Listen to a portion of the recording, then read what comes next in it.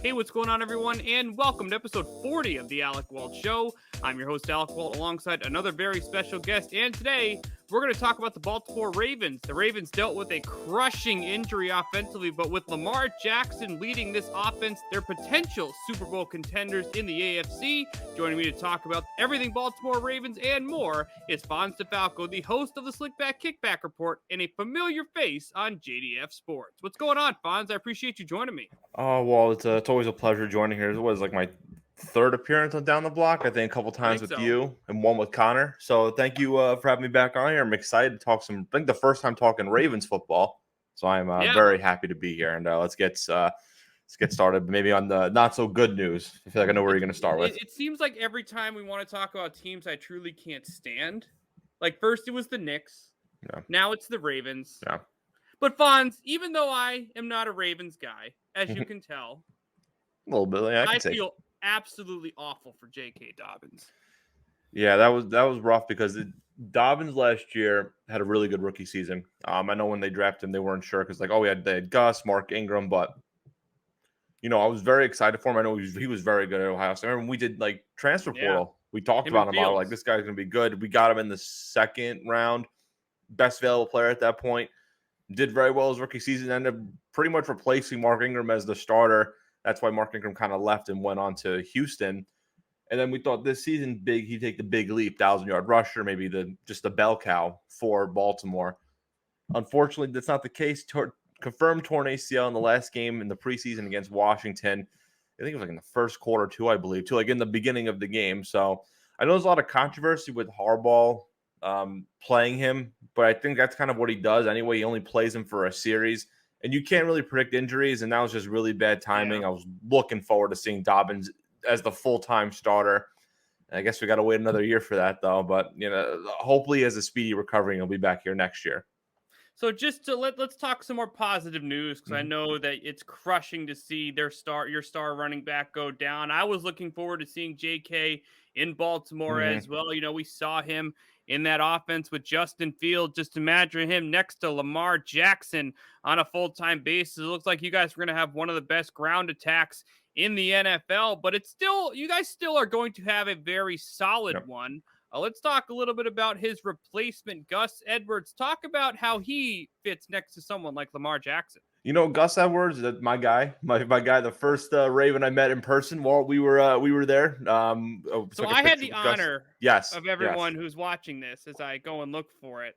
Fonz and I, pre-COVID, went to a Ravens-Patriots game. The Sunday night game, if I'm not mistaken. Yes, the Sunday night football game. The Patriots got absolutely demolished, and Didn't expect that. We were leaving the stadium, and there's a gate where the Ravens players come to leave and go to their cars. Yeah. If you're in the right place at the right time, you have the chance to actually take a photo of one of the players. So, of course, I'm not at the gate. This is all you, Fonz. And I had the chance to capture this photo with Fonz next to the now starting running back, Gus the Bus Edwards. So talk about it, Fonz. Yeah, so this was it was during the 2019 season, obviously. So yeah, it was really cool. I didn't know he's bigger than I thought, really. Huge. I didn't realize it was him. I thought it was like an outside linebacker. Yeah, well, obviously we know football players. I wasn't paying attention. I was just like, "Who the heck is this guy? Look, oh my God, that's Gus Edwards." Yeah, well, we know. Obviously, football players are bigger than most humans, but running backs, you'd think they'd be in the under 6 foot category, maybe a little bit lighter weight. But Gus Edwards is 6'1", 240. By the way, he's a big dude, and he came in undrafted free agent in 2018. Well, I feel like you've heard this with the Ravens. They always find undrafted gems to be contributors to the team right away. And that was what you're looking for. And then that was the case with Gus Edwards. Had a good 2018 undrafted rookie season. 2019 is when he really kind of took a big step forward that year with 133 carries and 711 rushing yards with only 2 touchdowns. But when it got to the following year, he had the same amount of yards too. So he was always under 1,000-yard rusher, always good backup option to when it was Mark Ingram, Dobbins, even Lamar Jackson, to a good secondary option, goal line back, maybe like the big body, 3rd and short, 4th and short. And then when he comes in the offseason, 2021, I wasn't sure if they were going to resign him, but they were going to have Dobbins being the full-time guy, maybe bring in another running back. They ended up placing a second-round restricted tender on him, and he had signed a 2-year contract extension with the team. So they had plans for keeping him around in the long haul. They probably, again, at the time, they thought he'd be good short yardage back, good change of pace back. Now he comes in, only a $10 million contract over 2 years, but he's going to be your bell cow, your guy going forward. I'm a huge fan of Gus Edwards. Actually went to the University of Miami before transferring to Rutgers in college too. So I have a little soft spot for him because he was a former Miami Hurricane. I know it's Walt's favorite team. Oh yeah. But I'm looking forward to seeing him now in the full-time role. I think he'll do really well. The only concern I have with him, and it's not, you can always have another back for it. He's not the best pass catching running back. I mean, at 6'1", 240, you're not really known to be a pass catcher out of the backfield. That's kind of what guys like, even Mark Ingram. You guys Dobbins, don't throw to him. That he's not really known for doing that too. And so Or Roman doesn't throw to. It's not like that's a heavy part of your offense. Once in a while, they do look to throw like the screen pass. Yeah, I get. But it's always good to have an option of a back that can do that out of the backfield. I mean, look, your Patriots have done it too with like James White and Deion Lewis, Rex Burkhead, to even name a few. Watch out for J.J. Taylor. And your guy J.J. Taylor now. But no, you don't. It's not your main part of the offense, but it's always nice to have that option. And that was the case when we had other running backs on the Ravens that you knew that sometimes they can do that. There's an option to do that. Gus Edwards, when you see him on the field, all right, he's either getting the ball up the middle or going to be a blocking back. Nothing else is really going to happen for him. So now with him being the full-time back, you're going to have to look at guys like Justice Hill, a former fourth-round pick who's been mainly known as for special teams, maybe being a guy that can catch balls out of the backfield if you need be. Wrong sport. Yeah, wrong sport. But no, so now you got Gus Edwards and Justice Hill, two guys that don't have as much experience because Hill's maybe more of a special teams guy, and Edwards kind of came in from time to time, not a full-time starter. And then you got in the third guy on the depth chart is Tyshon Williams from BYU, undrafted guy in 2020.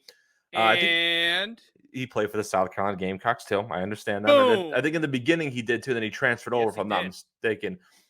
But he didn't play last year too. He was on the practice squad for the entire season. So that's your third string guy. You're going to not have a lot of experience behind Edwards in the running back department as far as playing in the game. So what happens, God forbid, if Edwards goes down? You're going to really rely on Justice Hill, a special teams guy as your full-time back, and Williams, who's never even played a snap in the NFL yet. So that's where it's going to be a little bit of a concern, but I am looking forward to seeing how Edwards can be in the full-time offense, especially with Lamar in the backfield. So obviously with Dobbins going down, the rumors went wild over Todd Gurley and Le'Veon Bell, two former fantasy first-round picks of a few years ago. Yeah. Gurley it's almost an injury is going to happen pretty much every year with him. I want to talk more about Bell. I'm not confirming any rumors. I'm not adding to any rumors, just out of complete curiosity. If you found out tomorrow he was a Raven, would you accept the former rival on your team? I would. I wouldn't mind it. I mean, it would be kind of weird at first. I'm not going to lie. I mean, it's a little bit different positions and different star power, but we have Alejandro Villanueva now on the Ravens at the other tackle spot. You hate a running back more than you hate a No, I'm saying, lineman. different scenario. I wouldn't. I mean, if he contributes right away, then I'd be okay with it. But if he does a thing like he did with the Jets, where he wanted all this different, but like all wants his money and doesn't really perform well, then that's going to be a little bit of a different story. Bell would actually not be a bad option. He could be, again, he'd be like the threat of a back that, he can run up the middle, go through outside the tackles, and also can catch passes out of the backfield. He kind of has a little more versatility than Gus Edwards. Now, he's been struggling the past couple of years, so it'd be okay for him to come in every couple of downs to switch things up.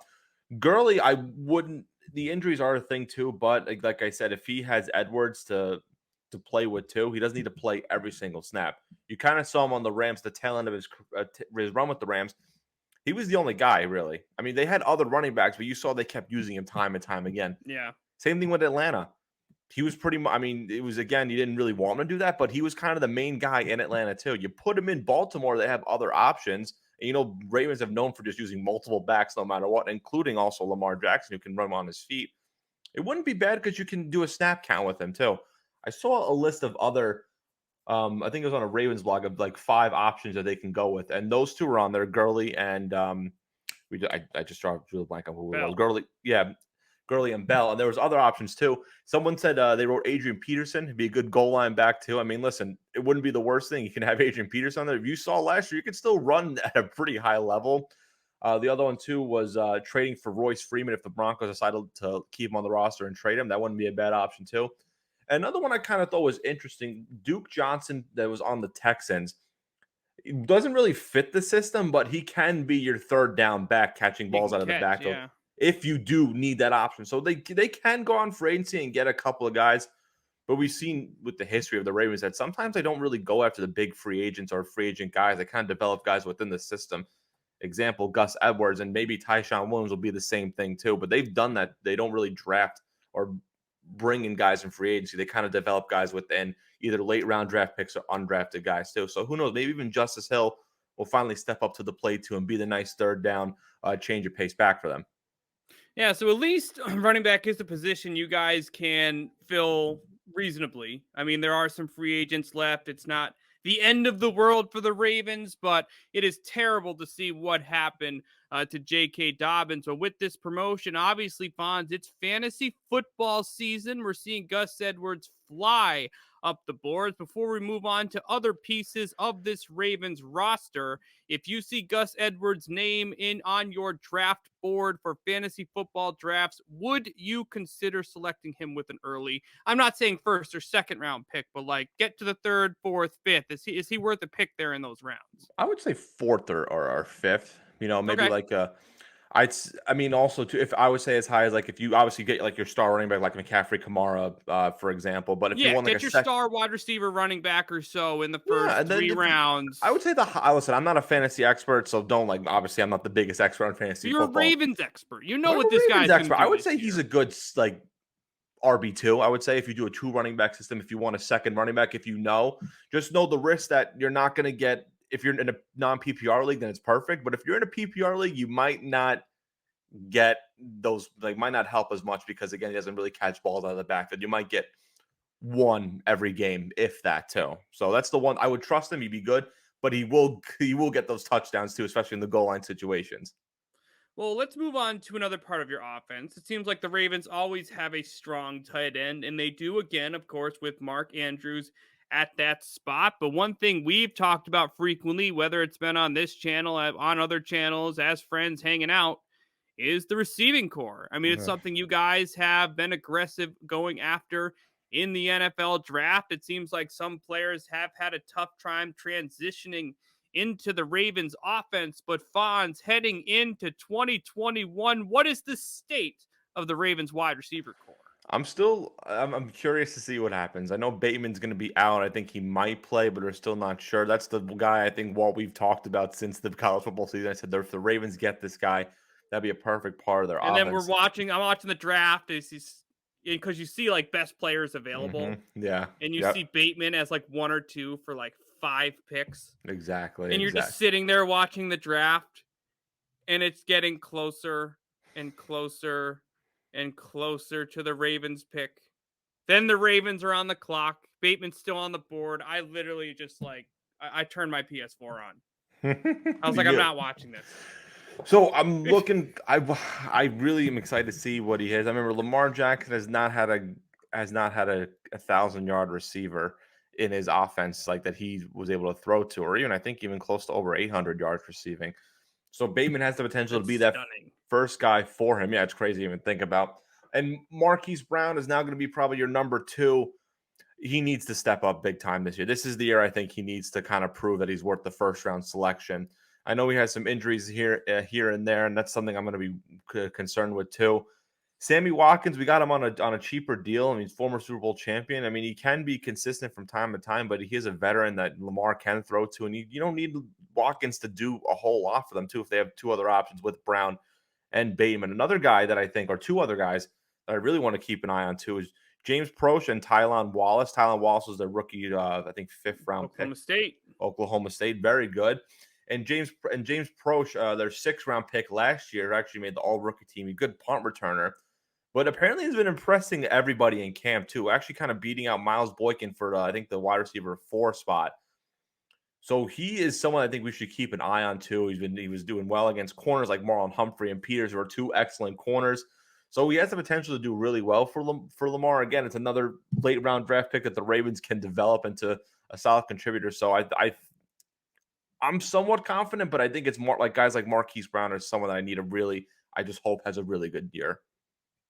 So both of us know Lamar Jackson is one of the faces of the NFL, but one thing we haven't seen is him to do too great in the postseason. Fonz, how does Lamar Jackson and the Baltimore Ravens get over that postseason hump?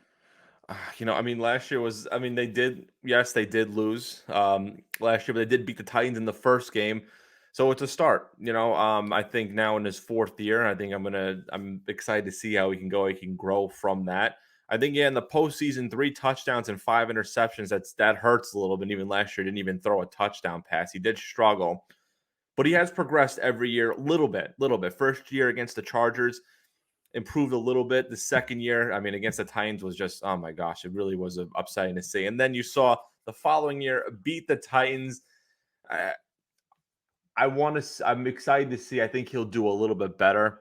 I really do. I think now that he has some consistent weapons to throw to, it sucks they don't have Dobbins to help out, but maybe Edwards can finally develop to the full-time guy that'll probably take the load off him a little bit, and we'll see what happens with guys like Hill, like we mentioned before. Maybe they'll bring someone in and always have a target like Mark Andrews and Nick Boyle to throw the ball to. And also Josh Oliver, their third tight end, who was a former third-round pick for the Jaguars, who apparently has been looking nice in camp too. They traded for him, or I think they signed him from free agency. So that's a guy also you can look at too. I mean, again, it's another thing where the Ravens can take guys and make them to solid contributors that are from former teams. So he has the more solidified weapons. The offensive line looks a little bit better. I know Orlando Brown Jr. is gone.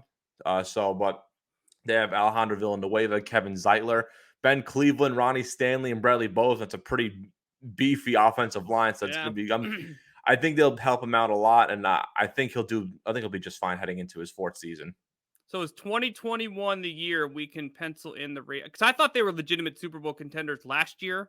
I know they finally got that postseason win, but is this the year you could see them making a deep run into the postseason?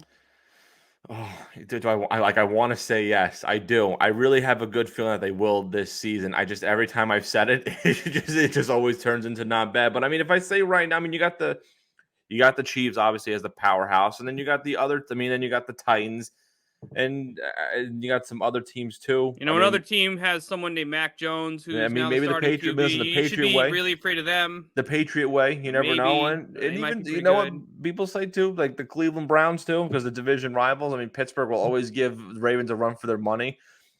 I think they have a very good shot to make a deep postseason run. I just hate being way too early on talking. I got to see how they go in the regular season, but they did win 20 straight preseason games, so that's a record. So something to put in the record books too. Well, good to see those games count. Hey, you know what? Developing guys, and it always works out in our favor. Am I right, Walt? Yeah, I mean the Ravens clearly know what they're doing. They've been consistently solid for a pretty long time. They're going to be good for a while. So the Lamar Jackson era is off to a great start. Hopefully he can turn that corner and win some more playoff games here for your sake.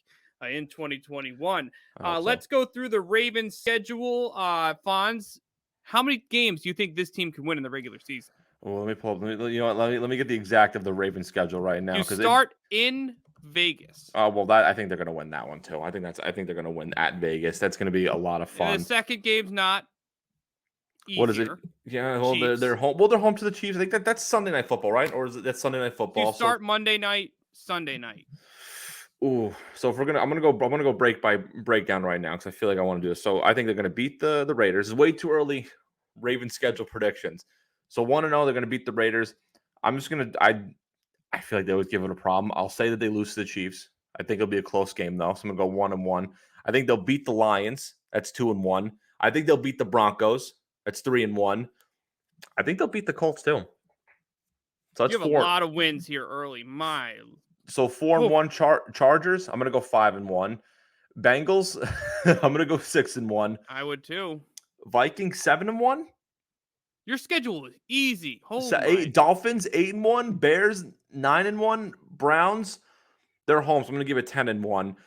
Steelers. I feel like they'll split because they always do. So I'm gonna go 10-2. I think they'll probably lose at home if anything. I think it'll split. So 10-2. They're gonna go at Cleveland. That's a potential split. Oh, maybe they'll split the series. So I think you guys are better than Cleveland, though. But they're home, so sometimes it could be a little bit. So I think I'll say 10-3. right? 10-3 just to be fair, because they'll beat the Browns the first time and the second time. 10-3. Ooh, the Packers, but they're home. 10-3. Just for the sake, I'll say 10-4 because you never know what Aaron Rodgers. 10-4. They'll beat the Bengals 11-4. Rams 12-4, and the Steelers and Ravens will go 13-4. So I'm gonna go 13-4. I think they can win. Like I'll say, just for a healthy 12 games, I would say. Okay. Because maybe the wins that I said before, they might turn. Anything could happen in the NFL. So I'll say 12 wins, like I would expect. Yeah, 12 wins, so could possibly win you that division, secure you a playoff spot. So, Fonz, let's look at your division, some of those division opponents this That's year. where I think most of the losses will come from, too, within the division. Because, they could also lose to the Bengals. They always play a good game against them also. So you never know with that division. It's very difficult. How would you rank the four of them heading into the year? Ooh, I'm gonna go Bengals last. I'm trying to be them. I think they can be on the rise eventually. I think really because of Roethlisberger's play and he's a little bit up there, and I'm also concerned a little bit about the not the running back, the offensive line helping the running back situation. I'm gonna say Steelers at 3. I'm gonna go Browns at 2, strictly because they have the high-powered offense, but the defense outside of Myles Garrett, I am questioning a little bit. I know they have Jadeveon Clowney, Grant Delpit's gonna come back from injury, Ward. and Denzel Ward too. Which he did good in the beginning of his career, but he's still consistent. And then I'm gonna go the Ravens at 1 because again, the one weakness I would say the Ravens is right now the running back because we don't know. It's not a shot at Gus Edwards because we don't know because Dobbins is gone, and then obviously the wide receiver department because again it's a lot of question marks because again we don't know. So I go Ravens, Browns, Steelers, Bengals. Awesome. Well, Fonz, before we let you go, how can our listeners here keep in touch with you on social media and listen to your podcast? So all of my social media is pretty simple. It's just Fonz DeFalco. I have YouTube, Fonz DeFalco, Instagram, Fonz DeFalco, TikTok, Fonz DeFalco. If you want to check out my podcast, it's the Slickback Kickback Report. It's available on all podcast platforms. So wherever you get your podcast, it's on there. If you like the video version, you can go on YouTube, Fonz DeFalco. We got a new logo, new intro, new brand revive. So definitely check all that stuff out. I also have a wrestling show, Four Corners on JDF Sports. Check that out on Thursday at 7 o'clock. Awesome stuff there, too. We go live on Thursdays at 7 o'clock. We have the audio version come out the following day on the Friday morning. So Fonz DeFalco everywhere. It's simple enough. And that's pretty much it. It's literally Fonz DeFalco. It's not a bunch of things to make it 10 times easier for everybody and myself. All right, well, Fonz, thank you very much for joining me here on Down the Block Sports. Oh, no problem. Thank you for having me, Walt. I got to get you on Slickback now that we're back and running. Let me know. I'd always be happy to join you. Definitely. You got to wear a Ravens jersey. That's the one thing I got to tell you. Oh, yeah, definitely. Yeah, I'll send you one. Totally going to happen. I'll send you one, all right? But one of your 1,000, one of your millions. I got to get a Gus Edwards one now, How many Ravens jerseys do you have? Ooh, I got all right, so I'll go by position. Flacco and Jackson is the quarterbacks. So that's 2. Running backs, Willis McGahee, remember him. 2 Ray Rice jerseys. Doesn't really hold up now. Anquan Bolden receivers. I think that's pretty much it for receivers. I don't have any offensive line. Defensive line, I don't have any. Linebackers, I got Ray Lewis, CJ Mosley, Terrell Suggs. Cornerbacks, I have Mullen Humphrey. And Ed Reed. Well, the safeties. And then I have Justin Tucker. You got the Tucker one at that game. Yeah, that's exact. Yep. So that's 12. I feel like I'm missing one. But I think I pretty much got all of them right now. So, all right. Go Ravens. Hey, maybe I'd wear Justin Tucker. You got it. Hey, listen, I'll send it over to you. When you want. I got you. We'll see what happens. But, Fonz, thank you again for joining me here on the Alec Walt Show. That's me for this episode of the Alec Walt Show. I'm Alec Walt alongside Fonz DeFalco. What do you think of the Baltimore Ravens in 2021? Feel free to comment that below. Also, don't forget to like this video and subscribe to Down the Block Sports for more of my exclusive content. Thank you, everyone, for tuning in, and we will see you very soon.